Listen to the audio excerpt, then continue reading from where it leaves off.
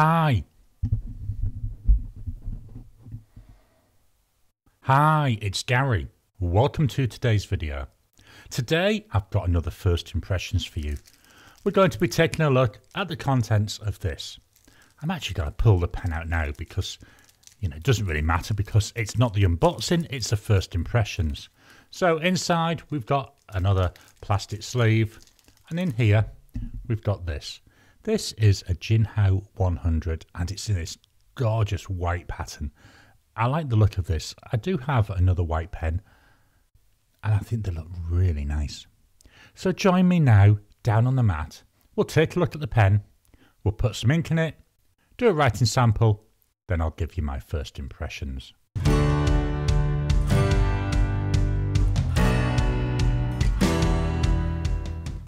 Welcome down to the mat. Here we go. This is the Jinhao 100 in this gorgeous white colour. I really like this pattern. It's got a little bit of translucency to it, but we'll take a closer look in a minute. We're going to start at the top here. So at the top, we've got the logo. This is the Jinhao logo. That's on like a nice goldy coloured plate. We come then into the cap. We've got a slight tapering down until we get to this. Well, it's a plastic gold coloured ring. The clip, nice and springy. I find that with most Jinhao pens. The top of the clip, again, we've got the logo. The cap itself is then the same width all the way down until we get to this metal band. Again, I think it's more plastic than metal, but we'll call it metal. And there we've got Jinhao. And that's what we have. Nice and simple, isn't it? That metal band that slightly tapers down until there's a very small step down to the body. The body again seems to be the same width until virtually the end. Then there's a very sharp taper down onto another plastic ring, and then we've got the end finial, which is nice and flat on the bottom. Before we take the cap off, I say this material, I'm just going to turn it around, seems to be ever so slightly translucent to me.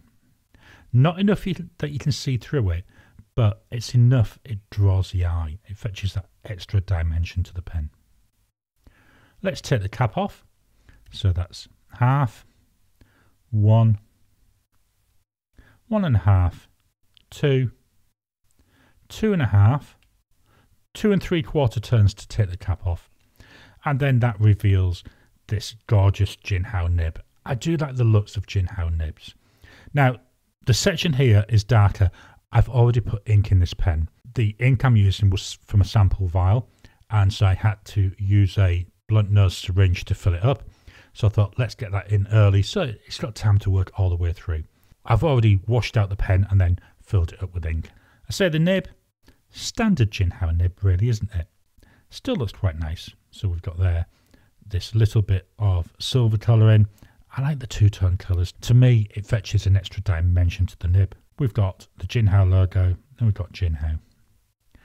This is a medium nib. We come then into the section. Section slightly concave, so we drop down and then we start to taper back up again till we get to the body, and then I'll unscrew the body. Got metal fittings, and there we've got a converter. So nothing really unusual about this pen so far. It's nice. I mean, it's like a lot of Jinhao 100s. And saying that, why don't we take a look at some other Jinhao 100s? So here I've brought in another two of my Jinhao 100 collection. We've got the meteorite pattern and we've got here the blue pattern. One of the things I like with this white is the finials are the same colour as the body. Whereas both these others, we've just got the black ends. And to me, that stands out. And I think that makes this white one look really nice. When I saw this on AliExpress, it's one of the reasons I thought, well, I've got to get that one. One of the things I've noticed is the price of Jinhao 100s is increasing. I bought these two at the same time about a year ago, and I paid 15 Australian dollars for them. This Jinhao 100, the new one, that was 25 Australian dollars. So, it's going up in price, and I'm noticing that with a lot of Chinese pens. We'll take a look at some other similar pens in a second. But love my Jinhao 100s. As you can see, I'm starting to build up a little bit of a collection now. So let's swap these out and take a look at some other pens that are in this Parker Duofold type shape. So these next pens, the ones at the top, I've got a Kaigaloo 316 and a Kaigaloo 316A. Both nice pens, both enjoyable. But again, I'm noticing with the 316A, these are the newer Kaigaloo 316s, they're doing the same as with this Jinhao, where those end parts, they're the same colour as the rest of the pen, instead of this black. Then at the bottom here, I've got a Moonman M600S. Again, all nice pens. Price-wise though, there's a big difference between them.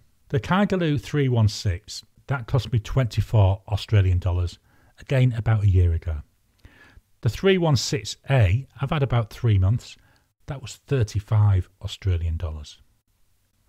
The Moonman M600S, again had it about a year, 25 Australian dollars. And as I've already said, the Jinhao 100, 25 Australian dollars. So you've got to be careful with the prices. And this is what I said, I'm noticing the prices, they're going up ever so slightly. Virtually every time I look at AliExpress, everything's gone up. Let's get rid of these and we'll fetch in some different pens, but in the same price range. So the two pens that I've brought in a Hongdian, the Light of Hope. This is a metal pen. It's very thin. One of the things I like with this pen, it's got a blue nib which matches with the body. That pen cost me 23 Australian dollars. The other one I brought in is a Pen BBS 308. This one's in the Mojito colour, 28 Australian dollars. So both these pens sit in either side in terms of price to the Jinhao 100. Let's clear this off and we'll do some writing. So here I've got my notepad of testing. This is a black and red A5 notepad and it's used in Oxford Optic paper, which is a nice fountain pen friendly paper. As said, I've filled this with ink. I haven't written with it yet, so let's see what happens. So we have here a Jinhao. Not a very promising start, is it? 100. White. And it's got a medium nib. And it cost me 25 Australian dollars. And I'm noticing something really, I'm going to call it weird. It's unusual with my writing. The writing looks weird, but what I'm seeing, there's lots of threads of ink coming off. So I'm wondering if it's not so much an issue with the pen, but the ink. Now the ink is by Colorverse. And it's called Sea of Tranquility.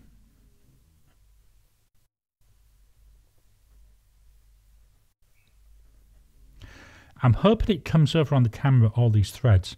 You see it there going from the F to the T, from the T to the R. Just going to go off camera and I'm going to try doing some scribbles to see if I can get rid of that. So I've scribbled with it a little bit and I've wiped off the nib with some paper towel, but even scribbling I'm still seeing this issue. Now hopefully the camera will pick this up and get my hand in the right position. No, cannot seem to get, there we go.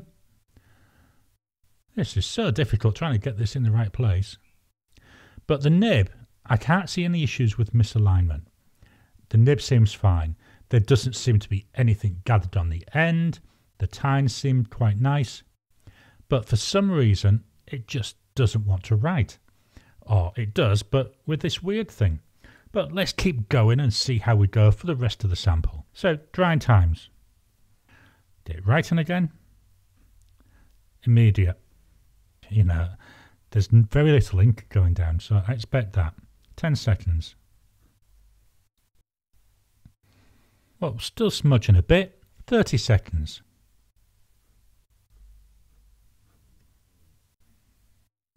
Yeah, now we're seeing like it looks like it's dry.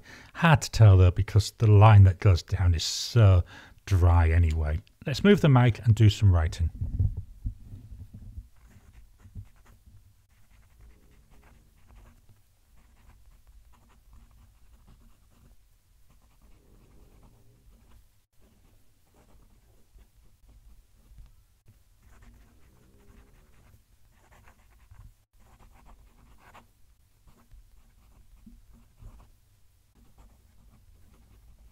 That's nice. You know, there's not a lot of feedback. So it's not that it's writing badly. It's not that it's scratching and really nasty. It just looks really weird with the ink. Now, I'm wondering if this is actually an issue with the ink. The ink, it's a sample that I got about 18 months ago, and it's been sat in my ink drawer waiting to be tried. That's why I thought to try it out in this pen. I filled the pen about 2 weeks ago. To me, the way I'm seeing all these little threads, that's what's making me think that this is actually an issue with the ink rather than the pen. So to really validate that, I need to dump this out, clean it out, and then have another go with a different ink that I know how performs. Just to show you what I was expecting, this is the meteorite version of the 100. You know, it writes a lot nicer.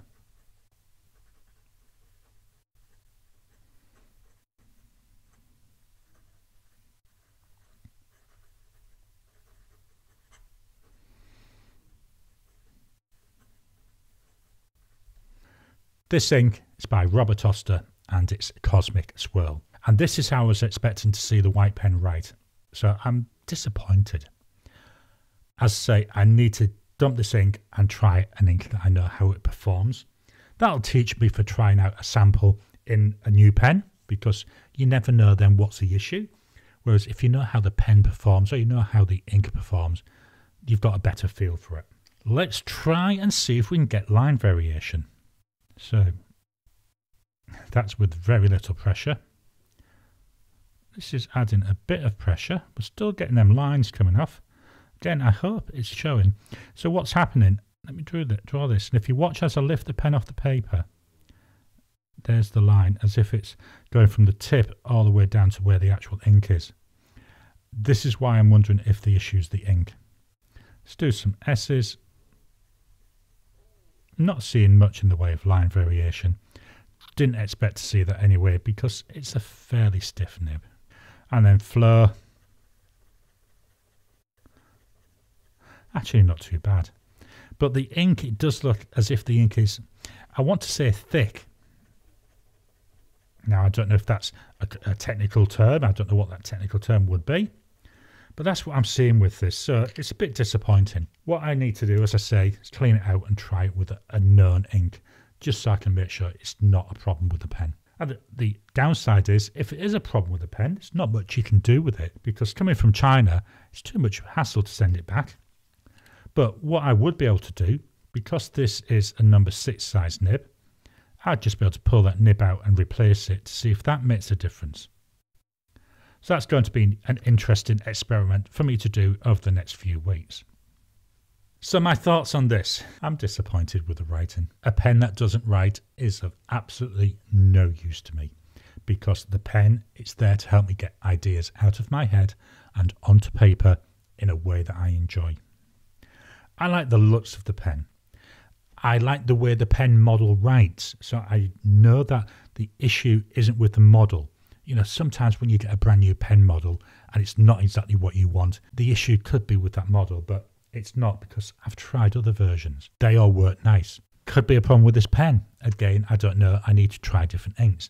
That's one of the downsides with these first impressions videos. It is what it says. This is the first time I've wrote with this pen, so I don't know what issues I'm going to get. Could be a problem with the ink. As I say, the ink is a sample, been there for about 18 months, so it could be, you know, we've had some hot weather over our summer. Could be the heat's got to it and evaporated off a load of the liquid that should be in there, so maybe that's thickened the ink too much. So many variables that I need to look into. But this, it's my first impression of the Jinhao 100 Centennial in this gorgeous white colour. I hope you've enjoyed today's video. What do you think to the Jinhao 100 series? I've got a few of them now and I quite enjoy using them. I've had no real bad experiences with them. Why not drop a comment down below? Let's kickstart the conversation. Please hit the thumbs up button. Every time you like, every time you comment, just helps with the YouTube algorithm. If you haven't already, please subscribe to my channel so that you can get new videos as I release them. I'll talk to you again soon.